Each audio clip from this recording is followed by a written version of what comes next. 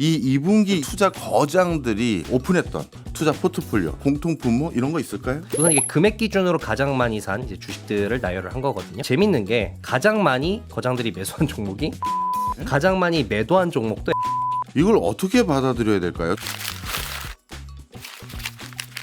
오늘의 플러스 투자 구루들의 속마음을 읽어보겠습니다. 핀테크 스타트업 유로퓨전의 이윤수 연구원 나왔습니다. 어서 오세요. 네, 안녕하십니까.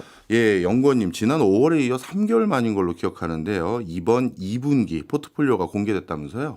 먼저 이 포트폴리오 얘기를 나누기 앞서 처음 듣는 청취자분들, 시청자분들도 계실 테니까 이 13F가 뭔지 설명 좀 부탁드립니다. 우리가 이제 투자의 최고수라고 하죠. 전 세계에서 투자를 제일 잘하는 사람, 워렌 버핏 같은 그분들이 어떻게 투자했는지 궁금하지 않습니까? 네. 근데 이거를 알 수 있는 미국에는 아주 좋은 제도가 있습니다. 이제 13F라는 문서인데 이게 이제 미국에서 운용 자산이 한 1억 달러 이상, 하나로 치면 한 1,300억 원 정도 되죠.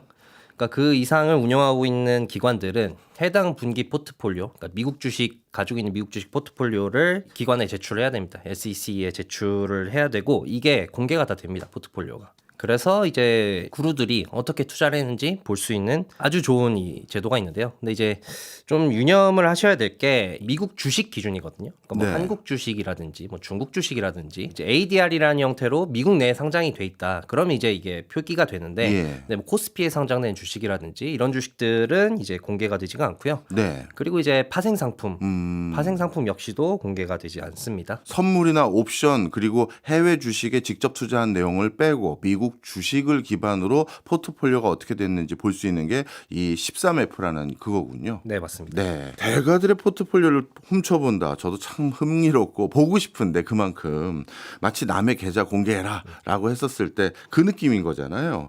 이거 훔쳐볼 때 뭐 혹시 주의사항 같은 거 있습니까? 개인정보보호법에 걸리거나. 이게 뭐 다행히도 개인정보보호법으로 고소를 하진 않고요. 예. 워렌 버핏 할아버지가. 근데 이제 주의점이 버핏이 샀다니까 예. 나도 사면 되나? 라고 하시는 분들이 꽤나 많거든요. 음. 근데 그렇게 따라 사는 거는 좀 무의미하다. 왜냐면은 뭐 우리도 뭐 주변 사람들이 주식을 추천해서 살 때가 있잖아요. 근데 주식이라는 게 변동성이 있지 않습니까? 샀는데 떨어지면 이거 어떻게 해야 돼? 팔아야 돼? 하고 전화를 막 해서 물어보잖아요. 야, 예. 네가 사라고 해서 샀는데 이거 팔아야 되냐?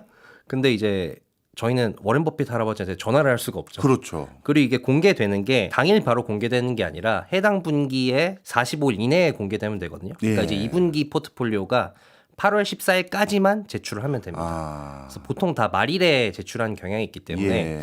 해당 분기에 45일이 지나서야 이제 알 수가 있다. 그래서 무작정 따라서 하는 것보다는 이분이 이런 주식을 왜 샀을까라고 본인이 리서치해보고 추론하는 과정이 상당히 중요하다라고 말씀드리고 싶습니다. 어찌 보면 이 포트폴리오 공개된 것은 사후적인 것이니 지금 당장 그걸 추종하기에는 약간 그런 시차적인 부분에 문제도 있다는 그런 말씀이시군요. 그렇다면 그런 것들은 우리가 보완하면 될 것 같고 실질적으로는 포트폴리오 보는 게 더 중요할 것 같아요. 이 2분기 이번에 투자 거장들이 오픈했던 투자 포트폴리오 뭔가 공통 컨센서스, 공통 분모 이런 거 있을까요? 그래서 우선 거장들이 전체적으로 어떻게 투자를 했나라고 한번 보고 지나갈 텐데요. 우선 거장이라고 하면은 그래도 한 30년 이상 투자를 하고 그러니까 금융위기도 겪어보고 코로나도 겪어보고 닷컴버블도 겪어보고 험난한 위기에서 생존을 하고 그리고 투자를 성공을 해서 개인 재산이 1조 원 이상이 되는 사람들을 보통 이제 거장이라고 하는데 네. 이 거장들을 종합해서 봤을 때 2분기에 가장 많이 산 게 뭘까?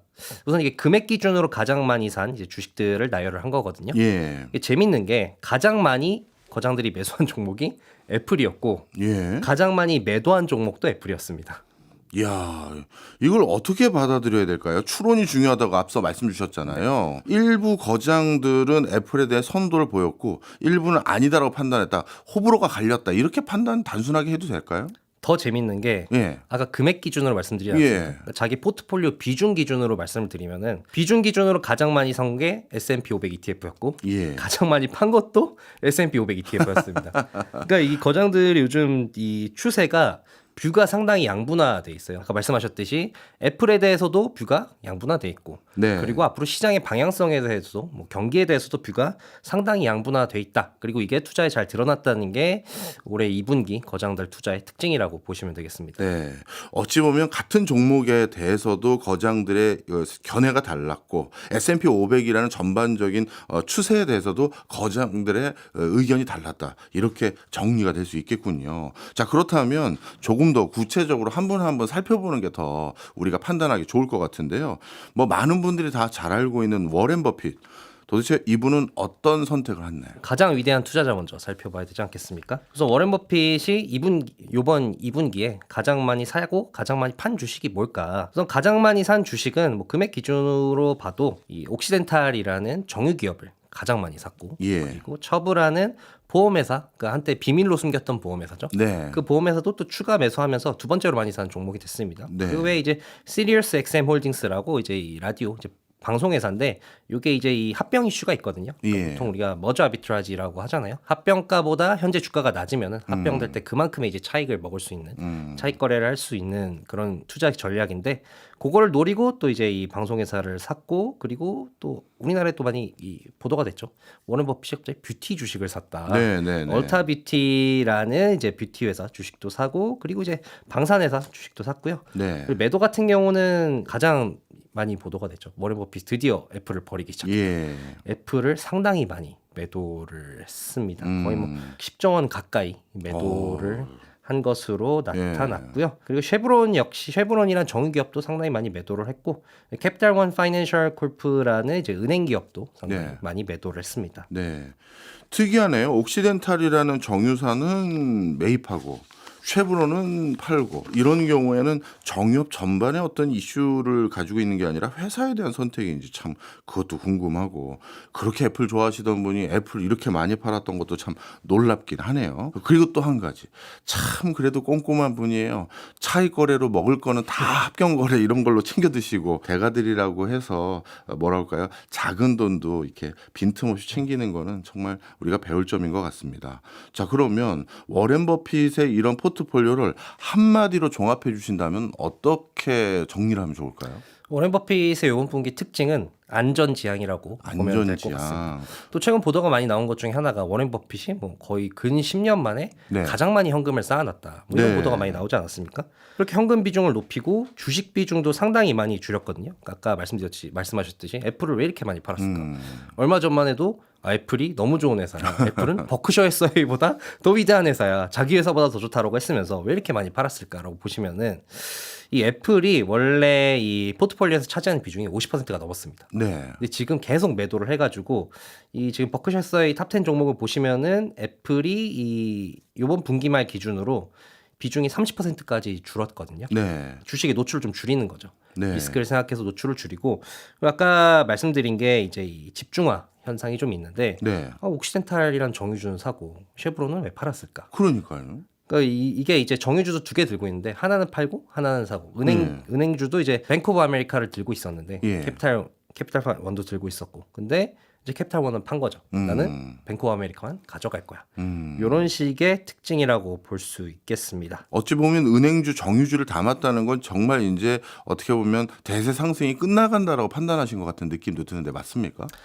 네, 워렌 버핏이 최근에 이런 얘기를 했습니다. 현금을 쌓는 거에 대해서 이런 시기에는 현금이 정말 매력적이다. 그래서 이 조심해야 될 구간이다라고 좀 시그널을 보낸 게 있고 네. 또 아까 집중화를 말씀드렸는데 이제 정말 자기가 좋아하는 주식만 딱 골라서 사고 있거든요. 예. 그러니까 정유주 같은 경우도 워렌 버핏이 원래 이제 정유주를 산 이유 중에 하나가 유가가 앞으로 엄청나게 오를 거야. 왜냐하면 정유주의 주가가 유가랑 상관관계가 높지 않습니까? 예. 근데 유가가 앞으로 상방을 엄청나게 칠 거야가 아니라 하방이 단단해서 샀다고 볼 수 있거든요. 이 정도 지금 유가가 유지가 되면은 지금 한 WTI 기준으로 유가가 한 70에서 80밴드에서 움직이고 있지 않습니까? 예. 70이 쉽게 안 깨지고 있는데 이 정도면은 정유기업들이 돈을 많이 봅니다. 그 돈으로 이제 뭐 하냐? 예전에는 이제 뭐 설비 투자하고 이랬는데 이제는 설비 투자 안 하고 이 배당하고 자사주 매입, 버핏이 좋아하는 거 아니겠습니까? 주주 환원을 한다는 거죠. 그래서 옥시덴탈이랑 쉐브론이랑 누가 더 번 돈으로 주주 환원을 잘할까라고 보니까 네. 이 잉여 현금 이익률이라는 게 있습니다. 이게 뭐냐면 이제 우리가 기업이 매출을 일으키면은 거기서 쓸 돈 다 쓰고 이제 남는 현금이라고 보시면 되는데 이제 그 현금으로 배당도 주고 뭐 재투자도 하고 자사주 매입도 하고 이러는데 이 잉여 현금 이익률이 이 옥시덴탈이 쉐브론보다 거의 뭐 2배 가까이 높습니다. 그렇기 때문에 버핏이 더 좋아하는 짓을 더 잘하는 더 예쁜 기업이다. 그래서 옥시덴탈이 현재 집중하고 있다라고 보시면 될 것 같습니다. 그렇군요. 배당 수익 등을 고려했었을 때 업종은 바뀐 게 없지만 선택한 회사를 바꾸신 거군요. 그런데 버핏하면 본인이 마셔보고 써보고 하는 그런 것들을 기반으로 해서 회사에 투자하는 걸로 아주 유명한데 이제 화장을 하시기 시작한 것인지 화장품 주식을 사서 화제예요. 그렇죠. 갑자기 이 할아버지가 화장품? 그러니까요. 그래서 이제 놀라움을 줬는데 우선 기업 먼저 소개를 해드려야겠죠. 예. 이제 얼타뷰티라는 거는 네. 뭐 우리나라 치면 뭐 미국판 올리브영이라고 보시면 되겠습니다. 이제 온갖 이 뷰티 제품들을 파는 드럭스토어라고 보시면 되고요. 근데 이제 얼타뷰티의 특징이 네. 이 다른 이제 드럭스토어도 많은데 그 특징들이 좀 가격이 저렴하다라는 게 있습니다. 네. 이 그림은 뭐냐면은 미국의 아주 유명한 뷰티 유튜버가 네. $500를 가지고 이 세포라라고 이거 역시 굉장히 유명한 드럭스토어가 있거든요. 거기서 쇼핑을 해보고 $500어치를 얼타뷰티에서 $500어치를 쇼핑을 했는데 차이를 보여주는 그쵸. 거군요.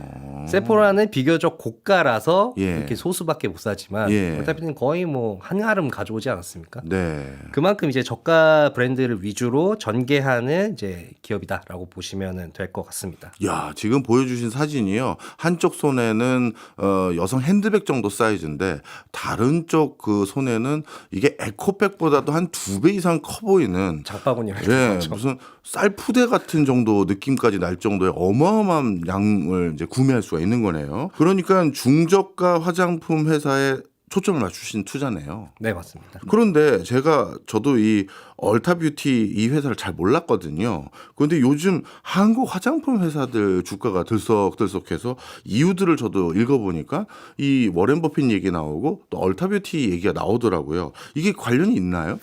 사실 워렌 버핏이 뷰티 산업 전반적으로 상당히 좋을 거다라고 투자를 했다기보다는 예. 이 기업 자체가 매력적이어서 투자를 했다라는 게 조금 더 합리적인 해석 같은데요. 이제 얼타뷰티 같은 경우는 우리가 이제 워렌 버핏이 좋아하는 경제적 해자라는 게 있지 않습니까? 네. 근데 경제적 해자가 이 완벽한 해자도 있지만 좁은 해자라는 개념도 있거든요. 보통 우리가 말하는 경제적 해자는 한 20년 동안 경쟁자들로부터 독점적인 지위를 지킬 수 있는 거를 완벽한 경제적 해자라고 하고 이제 얼타뷰티 같은 회사는 이제 좁은 경제적 해자라고 하거든요. 이거는 10년 정도 위치를 보수할 수 있다. 그래서 한번 이 소비자들을 한번 분석을 해보니까 이 95%가 얼타뷰티 소비자의 95%가 얼타뷰티 이 멤버십 네. 멤버들이었다. 그래서 상당히 자기 충성도 있는 끈끈한 고객층을 가져가고 있는 회사다. 그래서 워렌 버핏이 좋아하는 일종의 경제적 해자가 지금 이 형성이 돼 있고 그리고 워렌 버핏 하면 또 이제 저평가된 주식, 네, 싼 주식을 네. 좋아하지 않습니까?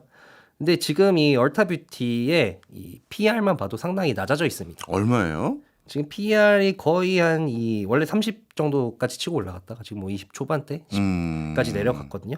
근데 그 이유가 지금 얼타뷰티에서 이 뷰티 제품에 대한 수요가 좀 줄어들고 있다. 예. 왜냐면 경기가 좀 안 좋을 것 같아서 수요가 좀 줄어들고 있다라고 얘기를 해서 주가가 상당히 안 좋은데 근데 이 워렌 버핏이 보기에는 워렌 버핏 항상 이렇게 장기로 보시는 분이에요. 네, 네. 침체는 어차피 곧 지나간다. 음. 그리고 얼타뷰티가 또 성장성이 있는 게 이게 저가 브랜드 아까 말씀드렸다시피 저가 브랜드고 그 주요 고객층이 한 이제 10대에서 20대 중후반까지거든요. 네. 그러다 보니까 이제 이 특히 소녀들, 특히 이 멕시코 계열의 히스패닉이라고 하죠. 이 소녀들한테 상당히 인기가 많대요. 근데 지금 이 얼타뷰티가 내년도쯤에 멕시코 진출 계획이 있거든요. 예. 아직까지는 미국 내에서만 예. 이제 영업을 하고 있는데 이미 이 미국 내에 있는 히스패닉 계열들한테 어필이 됐으니 멕시코 진출하면은 똑같이 성공하지 않겠느냐. 그러면 이게 또 추가적인 성장 동력이 되기 때문에 지금 정도면은 저평가된 기업이라고 볼 수 있다라고 보지 않았나 생각이 됩니다. 어찌 보면 얼타비타와 한국 화장품 회사들의 주가가 들썩이는 거에 아직까지 직접적인 개연성은 안 보이는데 하여튼 간에 워렌 버핏은 불황이 오던 또 경기가 좀 안 좋던 간에 중저가 화장품 시장에 아주 충성도 높은 고객을 많이 가지고 있는 회사에 투자를 했다. 이렇게 정리해도 되겠군요. 알겠습니다. 다음 투자자도 한번 알아보죠. 이번엔 누구 알아볼까요? 이번 대가는 이제 켄 피셔입니다. 예. 켄 피셔 하면은 뭐 한국에서도 유명하죠. 그만큼은 아니지만 네. 많이 알려주신 분인데 그래도 간략하게 소개를 드리자면 이제 50년생, 올해 73세고요. 이제 피셔 인베스트먼트라는 이제 본인의 운용사를 이끌고 있고 필립 피셔라고 하죠. 성장주 투자의 아버지. 네. 필립 피셔의 아들입니다. 네. 그러니까 아버지도 거장, 아들도 거장인 상당한 이 대단한 이제 부자라고 볼 수 있고 운용 자산이 뭐 어마어마합니다. 380조 원 운영하고 개인 예. 자산도 17조 원이나 되고 그리고 켄 피셔는 이제 거장답게 이제 투자계에 이제 족적을 많이 남겼는데 우리가 이제 성장주를 밸류에이션 할 때 PSR이라고 하잖아요. 네. 주가 대비 매출이 얼마나 되나를 보는데 이 PSR의 창시자입니다. 그리고 또 이런 얘기가 있죠. 뭐 중간 선거가 있으면 주식이 좋다. 네. 이런 선거와 주식의 관계에 대한 선거 사이클을 만들어낸 창시자기도 하고요. 그리고 이제 좀 많이 좀 관심이 생기실 게 2022년 이후에 가장 적중률이 높은 거장 중에 한 명입니다. 그래요. 2022년 말 한 10월쯤에 하락장 끝났다. 이제 상승장이 계속해서 지속될 것이다. 상승하는 것도 맞췄고 단순히 상승만 맞춘 게 아니라 성장주 위주로 초반에 오를 것이다. 멀티플 높은 주식이 잘 나갈 것이다. 라고 해서 그 흐름도 맥도 상당히 잘 짚은 구루로 유명합니다. 네. 그런 적중률이 최근에 더 높았다고 하니까 더 캔피셔 의견이 궁금한데요. 올 하반기 어떻게 보고 있나요, 이분은? 네, 우선 매수매도 종목부터 좀 훑어보자면요. 이번 분기에 가장 많이 산 종목은 캐네디언 내추럴 리소스라고 천연가스와 유전을 탐사하고 시추하는 캐나다 기업을 많이 샀고요. 예. 그리고 이제 모기지 증권이라고 하죠. MBS ETF도 많이 샀습니다. 그리고 이제 가장 많이 판 것들은 주로 테크 기업들을 많이 팔았어요. 장기채 ETF도 팔았지만 이제 AMD라든지 아니면은 테크 관련된 테크 기업들이 들어간 ETF들, 뭐 반도체 ETF들 이런 거를 상당히 많이 매도를 했습니다. 말씀 듣고 보니까 워렌 버핏하고도 교집합이 상당히 많이 있는 것 같은데요. 워렌 버핏은 정유주에 투자를 한 거고 이분은 좀 전에 말씀 주셨던 것처럼 천연가스주에 조금 더 담았다.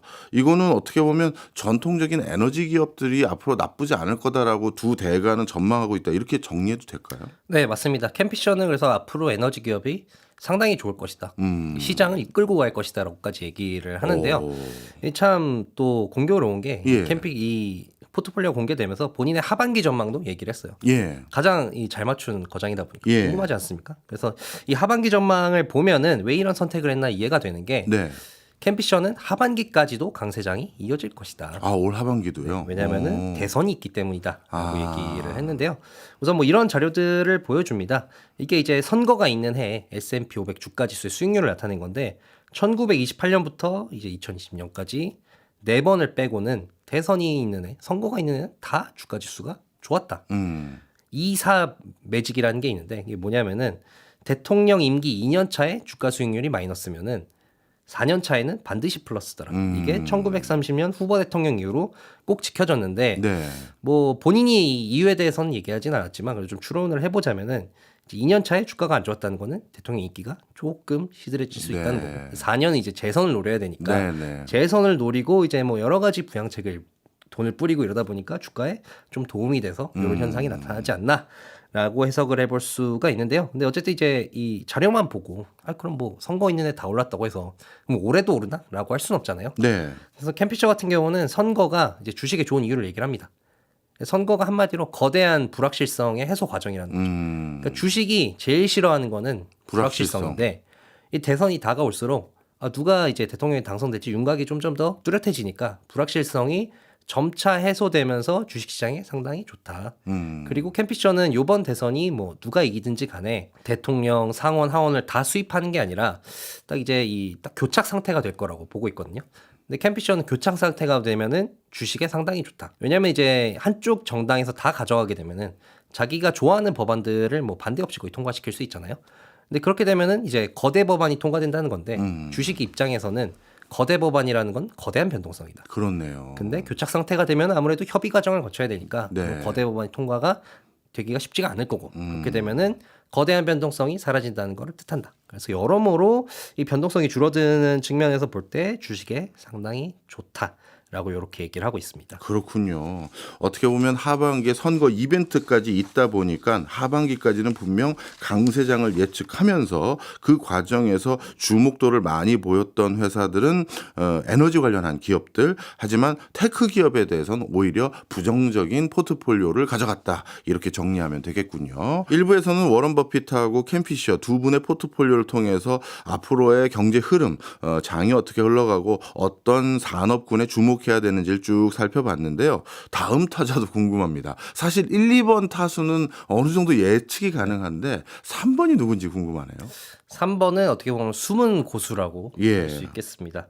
자, 한국에는 그렇게 많이 알려지지 않은 인물인데 이 앞선 1, 2번 이제 워렌 버핏과 켄 피셔가 이렇게 투자자라고 한다면 예. 이분은 이제 트레이더라고 볼 수 있습니다. 누군가요? 스탠리 드러켄밀러인데요. 예. 이게 조지 소로스는 상당히 많이들 아시지 않습니까? 예, 그렇죠. 조지 소로스의 오른팔로 아. 조지 소로스 하면은 이제 영란은행을 무릎 꿇린 파운드화로 공매도해서 그런 에피소드로 유명한데 이 그런 투자의 실질적인 이반자였다고 합니다. 그 아이디어를 낸 사람이고 이 역대 최고의 트레이더라고 인정받는 사람이거든요. 그런 사람답게 기록이 어마무시한데 네. 30년 동안 연평균 수익률이 30%. 근데 그 30년 동안 손실을 본 해가 단 한 해도 없습니다. 아유, 저도 저분 오른팔이 되고 싶네요. 자, 왼팔이 저런 분이 담은 포트폴리오 어떤 걸 주로 매수하고 어떤 걸 주로 매도하셨나요? 우선 가장 많이 사고 많이 판 종목만 보면은 이 부동산 기업을 좀 많이 매수한 게 눈에 띕니다. 미드 아메리칸 어파트먼트 커뮤니티라고 이제 우리가 소위 말하는 썬벨트 지역 있죠? 미국 예. 남부. 그 지역에 이제 아파트 단지를 많이 가지고 있고 관리하는 기업이고 그리고 이제 캠든 프로퍼티라고 이거 역시 아파트 단지들을 사고 관리하는 기업입니다. 예. 그리고 또 눈에 띄는 것 중에 하나가 또 코헤런트 코프라는 이제 레이저나 랜선을 만드는 그리고 또 주목할 만한 게 필립 모리스라고 네. 말보로로 유명하죠. 예. 담배 회사 역시 많이 샀습니다. 근데 이제 또 매도 같은 경우는 테크 기업을 좀 많이 드러냈어요. 예. 마이크로소프트도 팔았고 이 엔비디아 하면은 드러켄밀러면 엔비디아였는데 엔비디아도 이제 거의 상당히 많이 드러내면서 이제 드러켄밀러의 포트폴리오를 보시면은 엔비디아가 원래 1위였는데 엔비디아가 내려가고 아까 말씀드린 코헤런트 코프라는 회사가 1위가 됐습니다. 야, 이 참 여러 가지 변화가 그동안 있었던 것 같은데, 근데 한 가지 궁금한 게 지지난주로 기억나는데 블랙 먼데이에 가까운 정도의 엄청난 폭락이 있지 않았습니까? 근데 지난 주말 증시까지 봤더니 나스닥이 그 블랙 먼데이 그 전 수준의 고점까지 다시 왔더라고요. 그런데 방금 일부에서 말씀해 주셨던 대가들인 워렌 버핏, 켄 피셔 그리고 지금 말씀 주신 스탠디까지 전부 테크주를 팔았는데 그럼 그 테크주들은 다시 누가 산 거예요? 참 이게 놀랍네요. 하여튼 전반적으로 테크주들에 대해서는 부정적인 시각을 가진 듯한데 그런데 특이하게도 코이런트라는 이 회사는 반도체 제조용 레이저 장비 회사라고 해주셨는데 그러면 반도체 관련한 시황이 안 좋다고 보면 이 회사도 사면 안 되는 거 아닐까요? 이 회사는 이 AI 관련주라고 예. 해서 샀다고 보여지는데요. 왜냐면 이제 드러켄밀러 같은 경우는 엔비디아를 매도하면서 엔비디아나 본인이 아니면은 뭐 AI가 혁신이 아니라고 생각해서 판 건 아니다. 예. 자기 투자 원칙에 위배돼서 판 건데 본인의 투자 원칙은 이제 기업의 펀더멘탈, 기업이 상당히 매력적이어야 되지만 이 주가 차트도 매력적이어야 된다. 그러니까 이제 엔비디아가 너무 좋은 기업이고 네. AI는 이 정말 산업혁명급의 정말 엄청난 혁신이라고 생각을 하지만 근데 주가 차트 보면 너무 많이 올랐다는 거예요. 그리고 난 이미 6배를 먹었기 때문에 이 정도면은 미련 없이 나갈 수 있다. 네. 근데 다만 이제 AI는 좋을 거라고 봐서 코이런트를 샀다고 보여지는데요. 이제 코이런트가 광 케이블을 제조하고 아까 말씀하신 것처럼 네.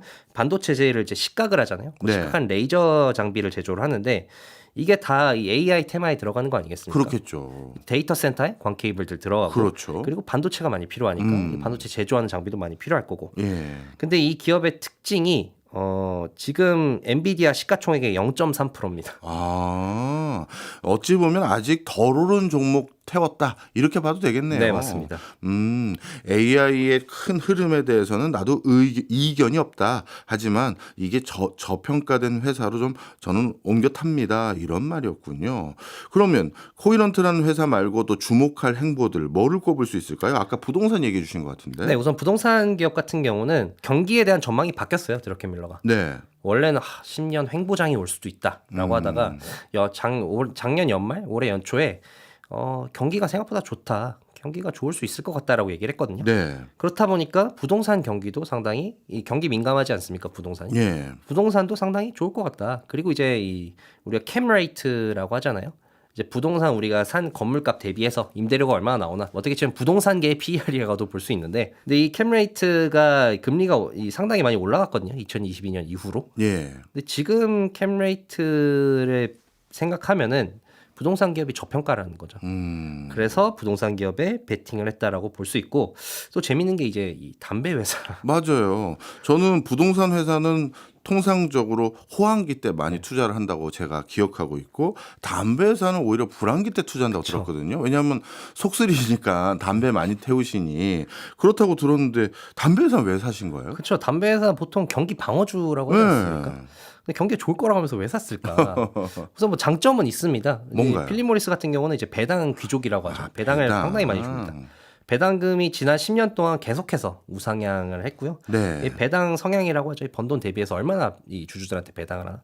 배당 성향도 다른 기업들 대비해서 산업평균 비교해서 상당히 높은 네. 지금 수준을 유지를 하고 있습니다. 네. 근데 사실 배당 때문에 보안 샀다고 보기 어려운 게 예. 요즘 필립 모리스 보면 재밌는 게 최근 CEO가 이런 얘기했습니다. 나는 젊었을 때 담배 핀 거 후회한다. 그리고 10년 내로 담배 없는 세상을 만들겠다. 아니 담배 회사 CEO가요? 네. 그러면 앞으로 필립 모리스는 담배 안 팔고 다른 거 팔겠다는 그런 의미입니까? 네. 오. 왜 담배를? 그러니까 예전에는 뭐 이런 담배 기업에 대한 안 좋은 이미지가 있었잖아요. 많죠. 그러니까 이제 연구에 자금돼가지고 담배가 사실 건강에 나쁘지 않다라고 막 그런 연구를 막 만들려고 네. 뭐 소위 말하는 이제 자본으로 조작한다는 이미지가 예. 있었는데 왜 갑자기 뭐 담배 안 좋아요? 이렇게 솔직히 얘기를 할까? 예. 그 이유는 바로 이제 이 스모크 프리 얼터너티브라고 하는데 우리가 소위 말하는 연초 말고 예. 전자담배라든지 네. 가열담배라든지 아니면 이제 니코틴 패치 이런 거를 이제 사업을 전환하겠다는 뜻입니다. 그것도 몸에 좋지는 않을 것 같은데. 그러니까 이제 덜 덜 좋다. 연구 결과에 따라 이제 차이는 있지만 이들 주장에 의하면은 예. 차라리 덜 나쁜 걸 해라. 라는 건데요. 사실 이 아이코스가 이 대표적인 이 전자담배 예. 대표 아니겠습니까? 이게 필립 모리스 제품인데 지금 아이코스나 이런 이 담배 대체 상품의 성장률이 상당히 어마어마합니다. 그래서 이 필립 모리스 같은 경우도 우리는 지금 R&D에 99.9%를 기존 연초 담배가 아니라 이런 전자담배라든지 미국에서는 잇몸에 붙이는 니코틴 패치가 또 네. 유행이거든요. 오. 그런 이제 이 담배 대체품에 엄청나게 투자를 하고 있다라고 얘기했습니다. 물론 이제 이 담배 회사가 천사라서 네. 사람들이 걱정을 해서 네가 담배 먹고 나서 건강이 나빠질까봐 덜 나쁜 거라도 우리가 하게 해줄게. 요게 아니라 사실 이 마진을 보면은 네. 상당히 좋습니다. 아, 담배 오히려 대체품이. 연초보다도. 그렇죠. 요 그래프를 보시면 빨간 박스로 친 게 예. 연초와 제가 아까 말씀드린 전자담배 및 단지 대체품의 마진율인데 네. 어우, 차이가 이 엄청 보라색이 이제 연초거든요. 예. 연초의 마진은 5.5%인데 예.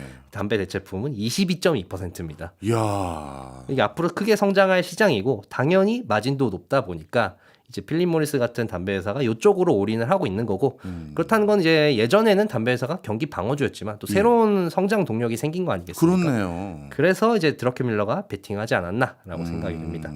어찌 보면 경기 방어 목적이 아니라 배당도 잘 줄 뿐만 아니라 새로운 성장 모멘텀이 생겨서 이 회사에 주목했던 거군요. 네, 맞습니다. 알겠습니다. 이번에는 또 다른 투자자 한번 알아볼까요? 누구 가보면 될까요? 네, 다음은 레이 달리오입니다. 네. 레이 달리오 하면은 이제 브리지워터라는 세계 최대 헤지 펀드의 창업자로 유명하고 뭐 지금은 브리지워터를 떠났습니다. 은퇴를 했습니다만 그래도 고문직을 유지를 하고 있고 예. 그리고 레이 달리오가 개인이 쓰는 글과 브리지워터 리포트랑 그냥 톤이 상당히 흡사합니다. 아, 그래요? 톤의 매너가 흡사해서 뭐 레이 달리오의 영향력이 아직도 여전히 남아 있다라고 볼 수 있고요. 그리고 레이달리오 하면은 우리가 이제 글로벌 매크로 투자라고 하잖아요. 이제 거시경제의 흐름이나 이런 걸 판단을 해서 투자하는 방식을 매크로 투자라고 하는데 이 매크로 투자의 대가로도 뽑히고 있는 사람 중에 한 명입니다. 예. 이 레이달리오는 그래서 매수한 종목, 매도한 종목이 어떻게 됩니까? 네, 그래서 브리지워터가 2분기에 가장 많이 매수한 종목과 매도한 종목을 보면은 매수한 종목은 빅테크를 상당히 많이 매수를 했습니다. 매수요. 예. 네. 그리고 이제 매도 같은 경우는 뭐 애플이나 일라일리도 매도를 했습니다만 저는 개인적으로 가장 눈에 띄는 게 예전에는 이제 프록터앤갬블이라는 회사를 상당히 계속 매수를 많이 했었거든요. 예. 포트폴리오 상에도 있었고.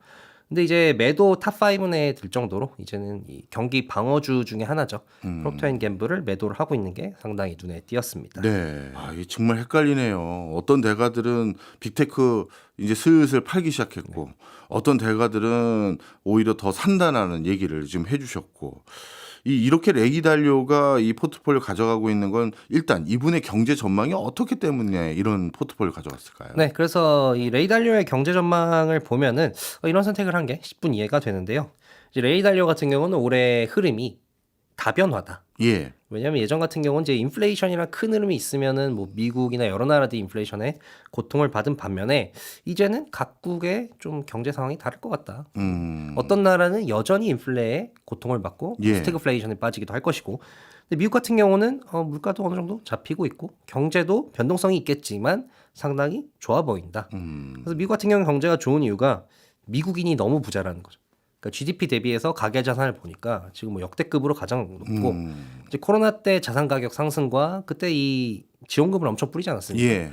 이 영향으로 미국인이 너무 부자가 돼서 이미 지갑이 아직도 빵빵해서 쓸 돈이 많이 남아 있고 기업들 역시도 현금을 역대급으로 쟁여놨다. 그러니까 기업 역시도 상당히 부자라고 볼 수 있고 그리고 뭐 트럼프가 되든지 해리스가 되든지 돈을 엄청나게 뿌릴 것 같다. 아, 그래요. 그래서 장기적으로는 이 부채 비율이 높아져서 안 좋겠지만 예. 단기적으로는 그래도 경기에 좋을 수 있다. 그래서 미국 경제를 상당히 좀 긍정적으로 보고 있고요. 그래서 뭐 이런 상황에서 어떻게 투자를 해야 되나? 이제 레이달리오 같은 경우는 이제 이 개별 기업들의 상관 개수가 낮아졌다. 예. 그러니까 예전에는 뭐 인플레이션에 큰 흐름이 있으면 기업들이 다 이렇게 한 번에 갔는데 요즘엔 기업들이 다 따로따로 논다는 거죠. 그래서 개별 기업 단에서 리서치를 해서 이제 개별 좋은 종목을 사는 게 지금 지금 맞는 투자 전략 같다라고 얘기를 했습니다. 그래서 레이달리오 같은 경우는 AI에 상당히 집중을 하고 있거든요. 예. 이제 AI 하면은 뭐 그냥 엔비디아, 뭐 마이크로소프트 뭐 이런 게 아니라 좀 더 본인들이 구체화해서 시나리오를 세우고 그에 따라 좀 투자를 하고 있습니다. 예. AI가 그러면 이분도 나름대로 이제 가시적인 성과를 금방 낼 것이다. 이렇게 판단하는 건가요? 오히려 반대로 좀 이제 긴 호흡으로 봐야 된다라고 예. 주장을 하고 있는데요. 근데 일찍 담는 거군요. 그래서 AI가 지금은 뭐 엔비디아가 먼저 뛰어나갔고 예. 이제 오픈 AI와 이제 밀접한 관계에 있는 마이크로소프트도 먼저 뛰어나가지 않습니까? 예. 구글도 역시 이제 제미나이를 만들어서 뛰어나가고 있고. 근데 이제 이 레이달리오가 보기에는 AI라는 혁신이 상당히 오래 지속될 거기 때문에 예. 아직 출발하지 않은 후발주자들에게도 아. 기회가 돌아갈 것이다. 그래서 그 후발주자가 어디냐? 바로 아마존이라는 거죠. 예. 생각해보니까 빅테크 중에서 AI로 지금 두각을 못 나타내는 회사가 대표적인 게 아마존이거든요. 그렇네요. 아마존은 AI 화두가 아직 없네요. 그렇죠. 아마존이 뭐 만든 LLM 서비스도 없고. 네. 근데 이제 아마존 같은 경우는 이제서야 좀 움직이기 시작했습니다. 이제 아마존은 이제 엔트로픽이라고 이제 오픈 AI에 있었던 분들이 나와서 만든 LLM 서비스가 있거든요. 예. 이제 생성형 AI 서비스가 있는데 이게 뭐 어떤 면에서는 챗GPT에 비견할 만하다라고 상당히 좋은 평가를 받고 있는데 여기에 한 3조 원 이상 아마존 역사상 최대 규모 투자를 했습니다. 이제 AI 경쟁에 우리도 뛰어들겠다라는 거죠. 그러니까 그 이 후발주자도 기회가 있다. 아마존도 이렇게 지금 출발하기 시작한 거 보면은 오히려 아마존 주가가 지금 저평가된 게 아닌가 하고 투자를 한 것 같고 또 재밌는 게 이 AI라는 혁신이 경제에 미치는 영향이 생각보다 좀 늦게 나타날 수 있다라고 네. 얘기하기도 했습니다. 그러니까 왜냐면은 이제 이 예전에 이 1900년대 초반에 있는 때 이제 직류와 교류의 이제 송전 방식이 정해졌잖아요. 예. 근데 그 이후로 이제 전류가 이제 우리가 쓸 수 있게 되니까 그럼 생산성이 갑자기 좋아졌냐? 이 그래프를 보면 이제 그 당시 생산성 그래프인데 조금 좋아지다가 오히려 하락을 했거든요. 예. 근데 이 이유가 인프라가 음. 그 새로운 기술에 맞춰지는 데까지 시간이 오래 걸린다. 예. 이제 그 당시에는 이제 이 전기 이전에 증기기관을 썼잖아요. 예. 근데 증기기관은 가운데 증기기관이 있고 증기기관을 쓰는 이 기계들이 다 동그랗게 네모나게 이렇게 다 둘러싸여 있어야 된대요. 예.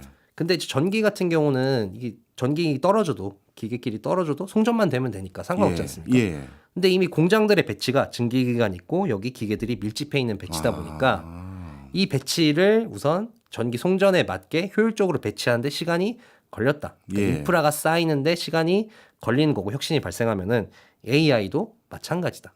그래서 우리가 AI 하면은 지금 요즘 얘기 나오는 것 중에 전기가 부족하다 AI 때문에 네. 라고 얘기를 하지 않습니까? 뭐 이 2026년이면은 데이터 센터가 쓰는 전기량만 뭐 1000테라와트가 넘을 거라고 하는데 근데 이 전력을 어디서 구할 거냐?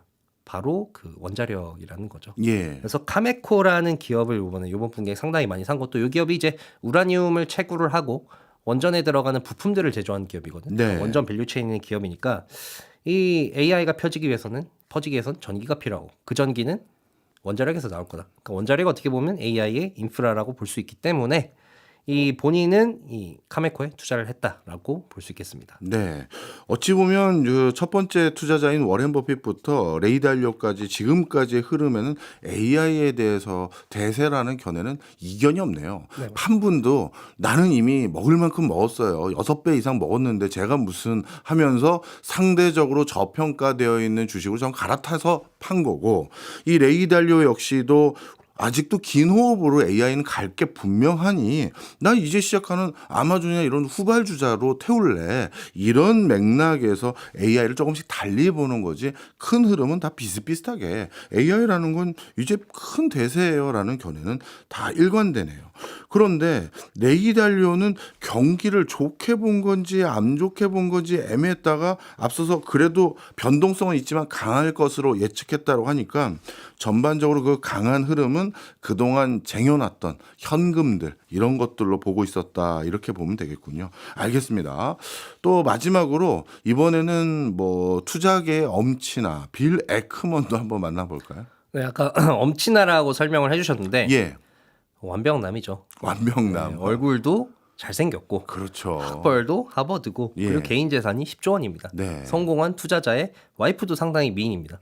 이제 이 와이프가 상당히 유명한 사교계 셀러브리티였는데 네. 이 브래드 피트라는 배우가 있지 않습니까? 네. 배우랑 썸을 타고 있었는데 이제 빌 에크먼이 뺏어왔다라는 얘기가 있을 정도로 상당히 매력 넘치는 완벽남이고 네. 빌 에크먼 투자의 특징이 이 사람은 어떻게 보면은 투자계 멀티플레이어라고 볼 수 있다. 그러니까 여러 가지 투자 전략이 있지 않습니까? 가치 투자, 뭐 아까 말씀드린 매크로 이런 게 있는데 이 사람은 가치 투자도 잘하고 그리고 행동주의라고 하죠. 기업 지분을 사서 거기 경영에 개입하는 행동주의 투자도 잘하고 그리고 매크로를 예측해서 파생 상품에 베팅하는 매크로 투자도 잘하고 이야. 상당히 멀티플레이어답게 이 투자에 성공한 사람답게 이제 작년 연봉이 8,120억이라고 발표가 됐습니다. 아이고 이 빌 에크먼 뭐가 이렇게 부족하다고 또 이렇게 열심히 투자를 하시는지 모르겠습니다만 고수니까 또 알아봐야겠죠. 매도한 종목들은 어떤 겁니까? 우선 매수 매도는 가장 눈에 띈 게 빌 에크먼이 거의 근 2년간 매수를 계속 안 했어요. 매수 안 했어요. 네, 그냥 계속 나 그냥 가지고 있는 종목만 홀딩하고 갈 거다라고 하다가 이번에 거의 2년 만에 처음으로 매수를 했거든요. 네. 그 기업이 이제 브룩필드라는 기업과 나이키라는 회사인데 네. 또 나이키는 뒤에 말씀드리겠습니다만 브룩필드 같은 경우는 아까 말씀드린 이 레이 달리오의 그 우라늄 채굴하는 그 기업과 좀 겹치는 면이 있다. 이게 이제 인프라 투자하는 기업인데 주로 재생에너지 관련해서 전력 발전 관련된 인프라를 관리하고 투자하는 기업이거든요. 근데 빌 에크먼도 이제 AI의 그러니까 혁신이다. 여기 베팅했다라고 한 발언의 맥락에서 볼 때 이거 역시도 AI 되면 전력이 필요하니까 여기 베팅한 거 아닌가라고 생각이 됩니다. 나이키는 요즘 제가 알기로 이제 혁신의 대명사가 아니라 뭔가 진부한 브랜드의 대명사로 바뀌어가는 듯한 부정적인 논평들도 참 많이 있었거든요. 그런데 2년 만에 포트폴리오 바꾼 사람이 나이키를 샀다는 것도 되게 궁금합니다. 그쵸. 이게 지금 보시는 게 나이키 주가인데요. 예. 나이키 주가가 거의 2년 동안 계속해서 우하향을 하고 예. 있습니다. 그러니까 지금 나이키가 도대체 왜 고전하고 있을까? 그거는 바로 이제 워런 버핏의 발언에서 좀 찾을 수가 있는데 예. 워런 버핏이 나이키에 대해서 이런 얘기를 했어요. 나이키는 뭐가 장점인지 모르겠다. 그래서 이제 워런 버핏 회사인 버크셔 서웨이도 이제 신발 회사들을 가지고 있거든요. 예. 근데 워런 버핏이 가지고 있는 신발 회사는 1800년도에 창업한 회사입니다. 그 1800년도에 창업을 해서 뭐 이제 부츠, 구두, 편하게 신는 운동화, 샌들 이런 것까지 다 여러 종목의 신발들을 다 만들면서 이미 이 사람들한테 안착이 된 안정적인 기업인데, 나이키는 뭐 여러 가지 모델이 있습니다만 운동화 하나만 만들잖아요. 네. 그러니까 나이키가 운동화 만드는데 나이키 운동화, 리복 운동화, 아디다스 운동화, 이게 도대체 이 나이키와 리복, 아디다스 간에 얼마나 큰 해자, 얼마나 큰 차이가 있는지 모르겠다라고 얘기했습니다. 근데 나이키가 지금 주춤한 이유 중에 하나가 예. 이 후발주자들이 치고 올라오는 거 아니겠습니까? 예, 재미있는 통계가 하나 있던데, 그 이번 올림픽에서 육상 메달 딴 사람들이 무슨 신발을 신었나라고 보니까 예. 한 5년 전, 4년 전에는 나이키 신발 신는 사람들이 압도적이었대요, 메달리스트 예. 중에서. 근데 지금은 나이키 아닌 다른 신발을 신는 사람들의 메달리스트가 더 많습니다. 그만큼 이제 기술적으로 많이 쫓아왔다는 거고. 예. 그리고 이제 나이키의 단점 중에 하나, 나이키는 직접 이제 파는 전략을 취하고 있거든요. 직접 예. 소비자한테 다가가는. 그러니까 우리가 소위 말하는 이제 ABC 마트 같은 플라커나 이런 소매업체들을 안 거치다 보니까 예. 거기서 그 매대에서 이제 나이키가 빠지고 이 나이키 경쟁 신발들이 들어간 거죠. 그러니까 소비자들과 경쟁 신발들에 접촉할 수 있는 예. 그 접촉면을 늘려준 거죠, 나이키가. 예. 예. 이러다 보니까 이런 양측인 면에서 지금 나이키가 상당히 고전하고 있다, 해자가 없이. 그러면 고전하고 있는데 왜 샀을까요? 그래서 나이키도 가만히 있지 않지 않겠습니까? 예. 글로벌 이 업계 1위인데. 예. 그래서 나이키가 그 다시 리테일 마켓을 찾기 위해서 은퇴한 임원도 다시 불러들였습니다. 은퇴한 임원을 다시 불러들여서 이분이 이제 리테일 담당이었대요. 뭐 네. 풋라커나 이런 리테일 업체와 이제 영업을 한 담당이었는데, 다시 이쪽에 영업을 띄우는 거죠. 다시 풋라커나 ABC 마트 같은데 나이키 제품 깔겠다. 그래서 다시 소비자와의 접촉면을 늘리겠다. 그리고 또 이 비레크먼 하면은 가치 투자자라고 말씀드리지 않았습니까? 네. 저평가된 주식을 상당히 좋아하는데, 네. 이 비레크먼이 예전에 그런 얘기를 했어요. 가치 평가하는 방법이 많지만 결국에는 돌고 돌아 현금 흐름이 제일 중요하다.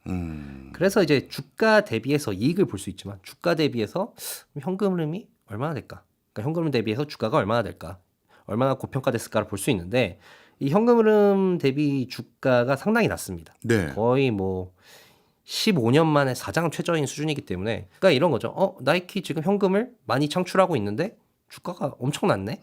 이 정도면 가치 투자 아닌가? 그리고 이제 좀 이제 반전을 해보려고 나름 경영진 차원에서도 노력을 하고 있고, 그래서 나이키를 매수하지 않았나라는 생각이 듭니다. 또 빌 에크먼 입장에서 또 경영진이 열심히 안 하면 본인이 행동주의적인 경향이 있기 때문에 바로 나이키에 개입해서 뭐라고 할 수 있는 사람이니까 뭐 이거는 또 그런 면에서도 또 일부 이해가 되기도 합니다.